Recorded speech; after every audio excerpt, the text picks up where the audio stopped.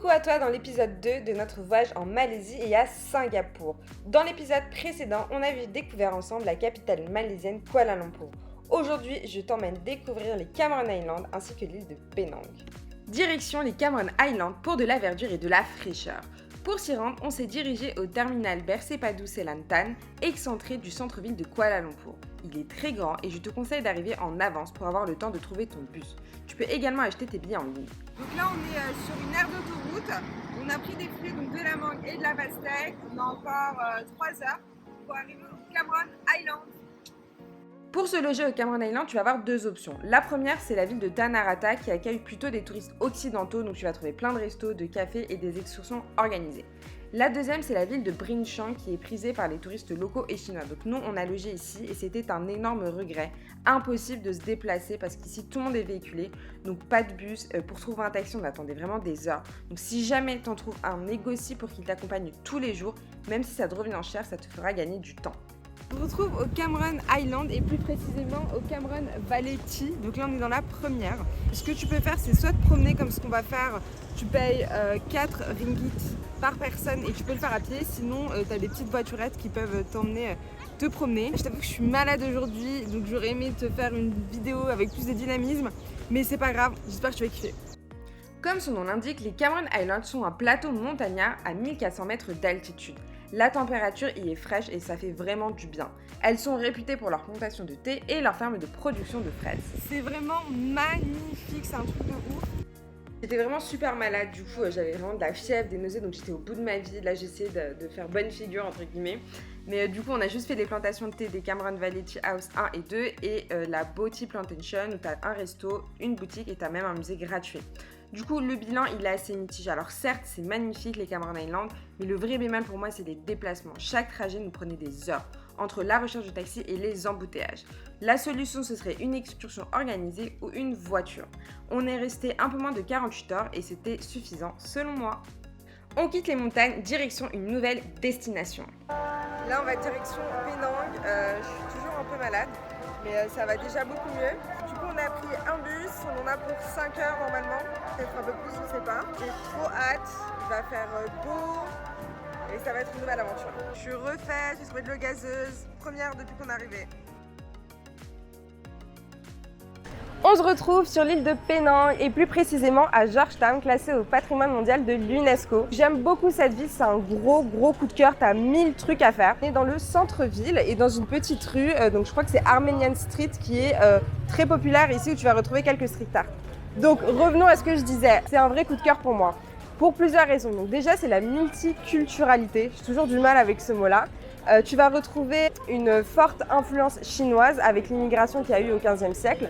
Plein de shop house, de bâtiments qui sont sur 2 étages avec du coup le shop au premier étage au rez-de-chaussée et au second donc les habitations de l'époque qui sont aujourd'hui donc soit des cafés, soit des restos. Enfin voilà, tu as plein d'autres utilités différentes. Retrouver de fortes influences indiennes avec Little India et également britannique. Puis tu as aussi le côté malaisien moderne avec ses gros buildings, ses grands centres commerciaux, etc. Si tu aimes le street art, tu vas en retrouver vraiment partout. Et ce qui est simple à faire, donc, c'est de prendre un plan et d'essayer de le retrouver. Tu joues un peu au détective, quoi, donc c'est plutôt cool. J'ai hâte de continuer à découvrir la ville et à t'en mettre plein les yeux. Escale majeure sur la route maritime reliant l'Europe à la Chine, cet ancien comptoir britannique a accueilli depuis le XVe siècle de nombreux immigrés chinois. Terre d'immigration, elle demeure une cité multiculturelle, dynamique et moderne, où se côtoient communautés malaises, chinoises et indiennes. En témoigne le temple hindou Tamoul, le temple chinois Quang Yin Tang ou encore la mosquée au dôme moghul édifiée au XIXe siècle, sans oublier la plus vieille église anglicane d'Orient. Inscrite au patrimoine mondial de l'UNESCO, Georgetown mérite aussi la visite pour son architecture anglo-coloniale. Héritage de cette période, la Clock Tower, bâtie en 1897 pour le jubilé de la reine.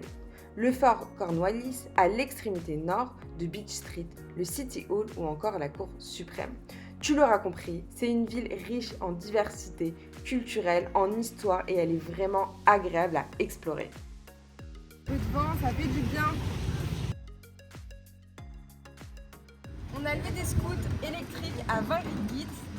Je te fais voyager, let's go! La mobilette, c'est le meilleur moyen de visiter le centre-ville de Georgetown. Donc ce qu'il y a de magique ici, c'est qu'on passe de la Chine à l'Inde en moins de 5 minutes. Chinatown se situe dans les vieux quartiers de la ville. On va retrouver les fameux shop house, des temples chinois, des maisons de clans et plein de petits restos et de cafés.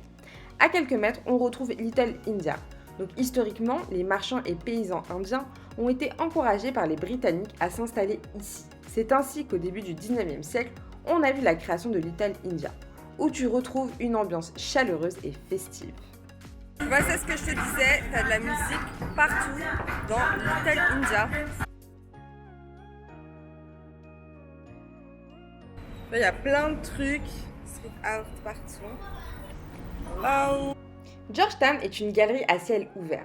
On y trouve du street art caché un peu partout dans les ruelles de la vieille ville.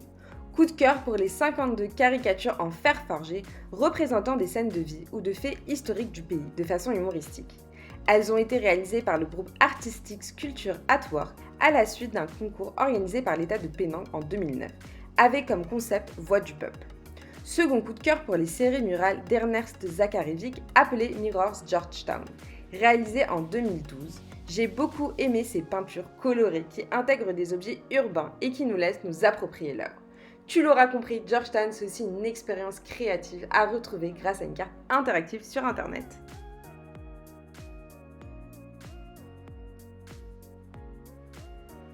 Je partage avec toi l'un de mes coups de cœur en Malaisie, c'est la culture Peranakan, fusion des coutumes malaises aux coutumes chinoises.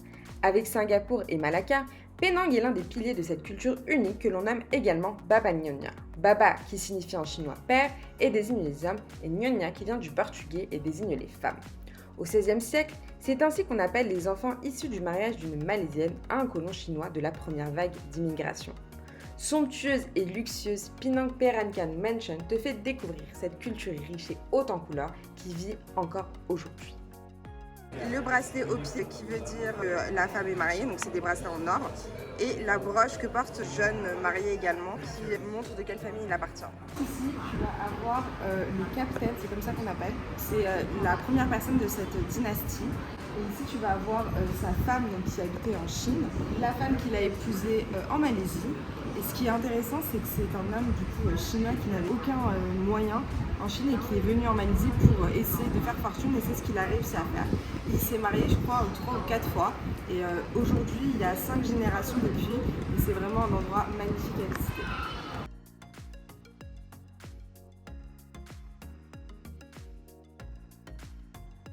Juste derrière moi, tu as le Ko Kong Si, donc c'est vraiment un incontournable quand tu viens ici. Ko, c'est un nom de famille chinois et Kong Si, c'est une association de clans. Donc au XVe siècle, sur l'île de Penang, on a eu une forte immigration, surtout chinoise, et donc ça s'est fait très progressivement. Donc tu avais un homme chinois qui venait s'installer ici, et au fur et à mesure, une fois qu'il arrivait à avoir de l'argent, il pouvait ramener sa famille, et donc ça faisait vraiment des clans, quoi. Donc on avait des personnes qui venaient d'une même famille et qui travaillaient ensemble, qui vivaient ensemble.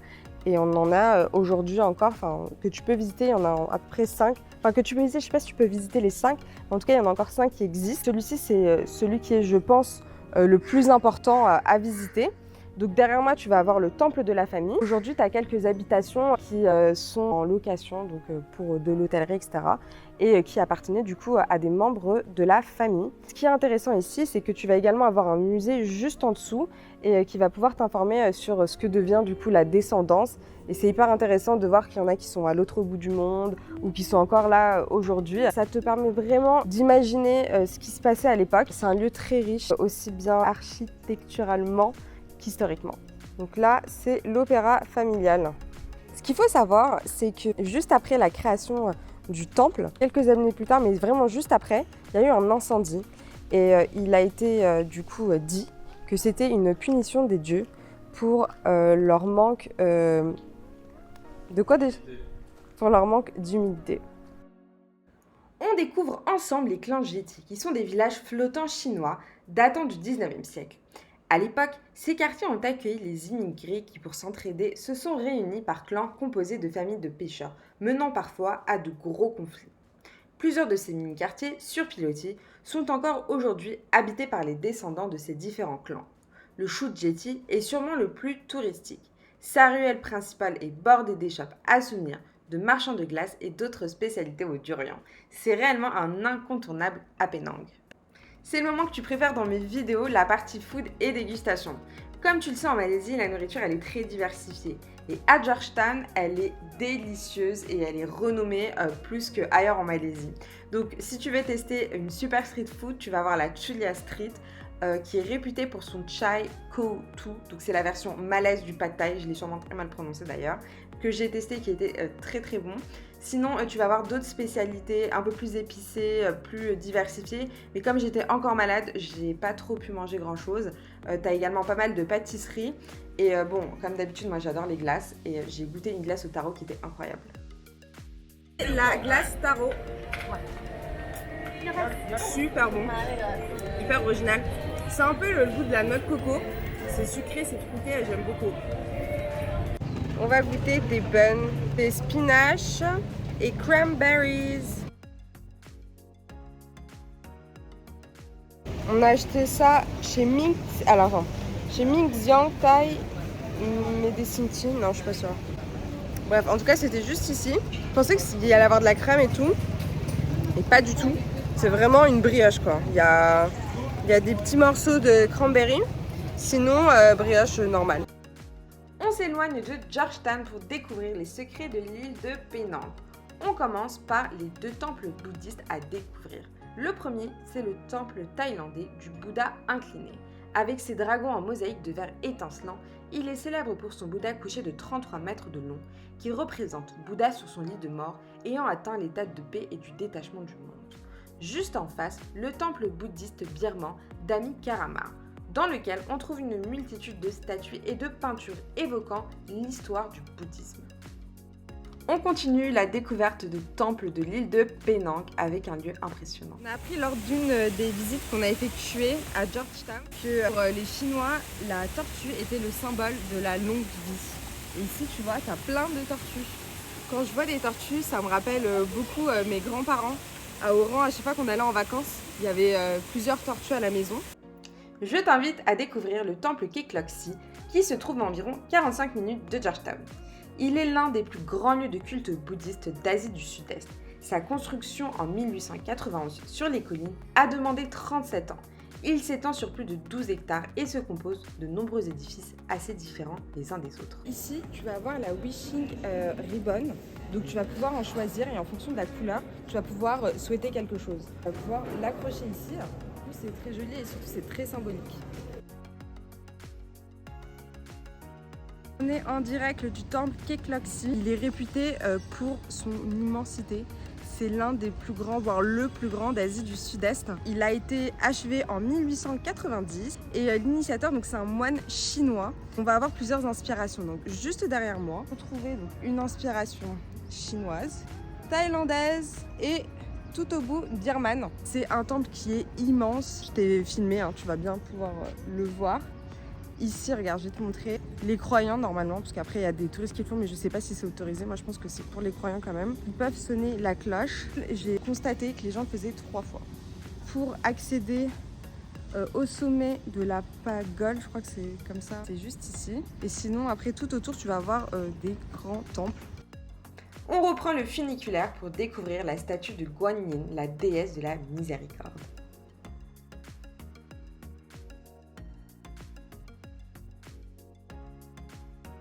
On est à Taman Negara et on fait une randonnée, le cadre est ouf. On va sur la plage de Monkey Beach, on va voir du coup des singes.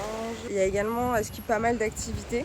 On voulait partir dans Turtle Beach, mais ils nous ont dit qu'il n'y avait pas grand chose et surtout qu'on ne pouvait pas se baigner. Il y avait pas mal de méduses. Regarde-moi ça, t'es prêt? C'est dingue. Donc là on est toujours à Penang et on est à environ 45 minutes de Georgetown en voiture. Généralement on se déplace souvent en Grab nous. Plus simple, on en a eu pour 27 ringgit pour rente à 45 minutes. Donc franchement je trouve ça hyper méga raisonnable. On a fait pas mal de villes et on avait envie d'un dépaysement total. Comme Penang a plusieurs facettes, on a eu envie d'explorer sa forêt tropicale, direction le parc national de Penang, créé pour préserver et protéger la flore et la faune. Ce qui est trop sympa, c'est que pendant ta marche, tu peux voir des singes, parce que parfois ils te balancent des trucs, genre quand ils mangent des fruits ou quoi, du coup ils les jettent après, donc tu peux te les recevoir sur la tête. Mais en tout cas, c'est trop stylé. Genre là, on a vu, je sais pas, on en a vu plein en train de communiquer et tout, c'est trop mignon. C'est vraiment une excursion sympa dans la jungle. Continue, on arrive bientôt et il fait drôlement chaud. Enfin, drôlement, c'est pas drôle en vrai, mais... La randonnée était incroyable, elle a duré 2 heures. Il faisait super chaud et humide, donc je te conseille d'avoir de l'anti-moustique et une bonne bouteille d'eau. Je crois que j'ai jamais autant transpiré de ma vie. Sinon, on a eu la chance de voir des singes, un énorme varan qui nous a fait trop flipper et de nombreuses espèces d'oiseaux. Une fois qu'on est arrivé, on a pu se changer, se baigner un petit peu et boire surtout une bonne boisson fraîche, ça faisait trop de bien. Et pour le retour, on a décidé de le faire en bateau, ça nous a coûté 75 ringgit à deux. N'hésite pas à partager le trajet, ça te reviendra moins cher. C'est ici que notre épisode se termine, mais pas d'inquiétude, on se retrouve très vite. Direction l'île de Langkawi, la ville de Malacca, sans oublier la superbe Singapour. Je te fais plein de bisous et à très vite pour de nouvelles aventures.